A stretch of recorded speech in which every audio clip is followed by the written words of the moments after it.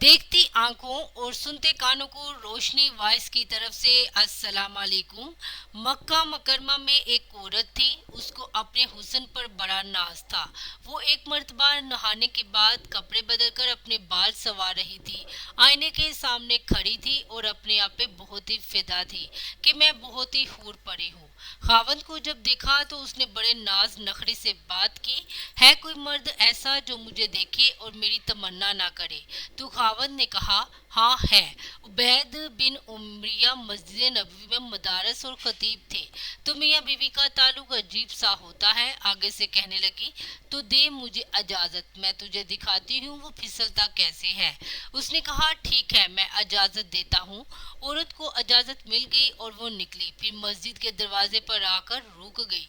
अब जब मौलाना उबैद बिन उमैर रहमतुल्लाह मस्जिद नबवी से बाहर निकले तो औरत ने पहले इस तरीके से बात कही जैसे कोई मसला पूछने के लिए खड़ी हो। तो मौलाना खड़े हो गए। उस दौरान उसने अपने चेहरे से नकाब को हटा दिया।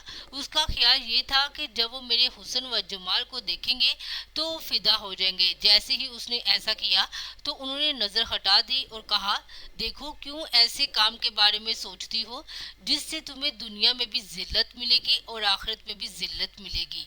ये अल्फाज उनके मुंह से इतने दर्द से निकले, वो शर्मा गई और वापस आ गई। शोहर ने पूछा, क्या बना? कहने लगी, क्या मर्द ही नेक होते हैं? औरतें नेक नहीं हो सकती?